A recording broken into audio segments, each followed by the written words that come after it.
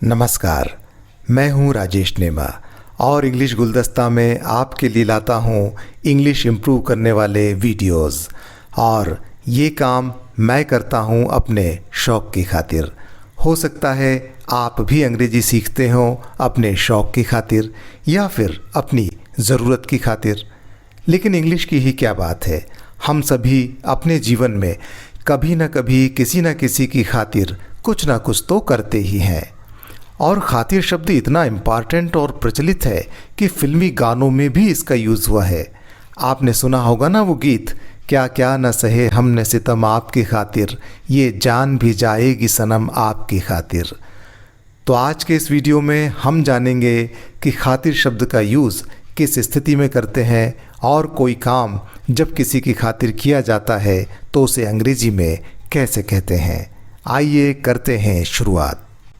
जब हम किसी उद्देश्य के लिए या कोई विशेष रिजल्ट या परिणाम प्राप्त करने के लिए कोई काम करते हैं या फिर किसी की सहायता के लिए, उसके भले के लिए, किसी की खुशी के लिए या किसी को कोई लाभ पहुंचाने के लिए कुछ करते हैं तो उसमें हम खातिर शब्द का उपयोग करके वाक्य बनाते हैं। अंग्रेजी में इस तरह के वाक्यों को सेक शब्द का यूज़ करके दो तरह से बना सकते हैं। पहला है for the sake of. For the sake of का अर्थ होता है कि खातिर, के लिए या के वास्ते। लेकिन यदि हम फॉर द सेक ऑफ के हिंदी अनुवाद में के लिए या के वास्ते का यूज़ करेंगे तो इससे हमारी बात में वैसा वजन और प्रभाव या अर्थ नहीं आता है जो कि खातिर शब्द का यूज़ करने पर आता है। तो पहला हुआ फॉर द सेक ऑफ, और सेक वर्ड को ही दूसरे तरीके से भी यूज़ किया जाता है जिसे हम आगे देखेंगे। तो सबसे पहले एग्जाम्पल के लिए हम दोनों तरीक़ों से हिंदी और इंग्लिश में कुछ वाक्यांश यानी कि फ्रेज़ बनाएंगे और उसके बाद पूर्ण और प्रॉपर वाक्य बनाएंगे। वीडियो ध्यान से और पूरा देखेंगे तो आप खातिर शब्द वाले वाक्यों को ठीक से बनाना ज़रूर सीख जाएंगे। ये चार्ट देखिए।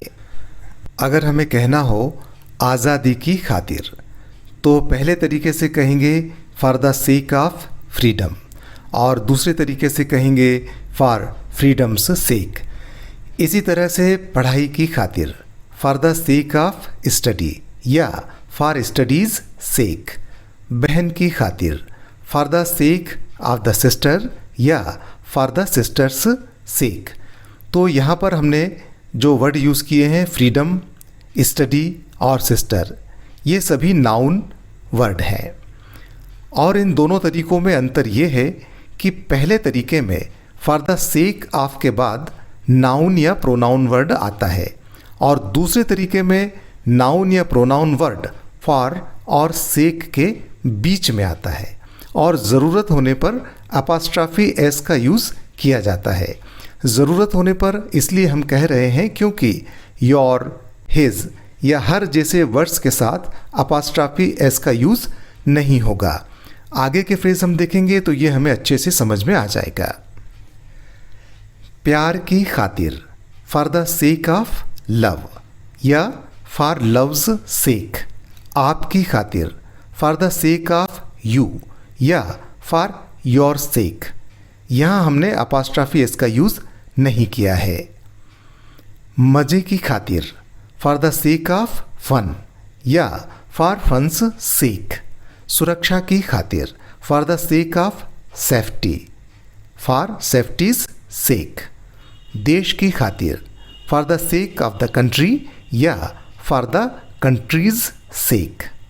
उसकी खातिर for the sake of him या हर, यानी यदि लड़के के बारे में बात कही जा रही है तो हिम और लड़की हो तो हर। दूसरा तरीका है फॉर हिज सेक या फॉर हर सेक। यहाँ पर हिज या हर के साथ अपॉस्ट्रॉफी एस का यूज़ नहीं किया है।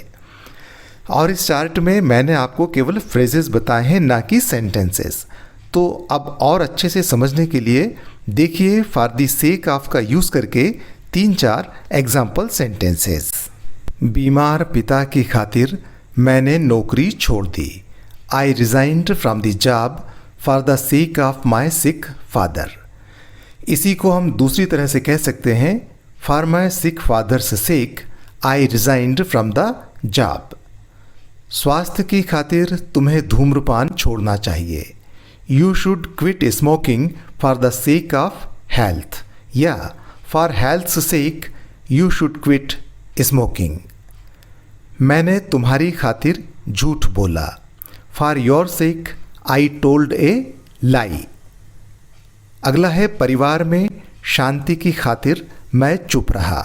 I kept quiet for the sake of peace in the family.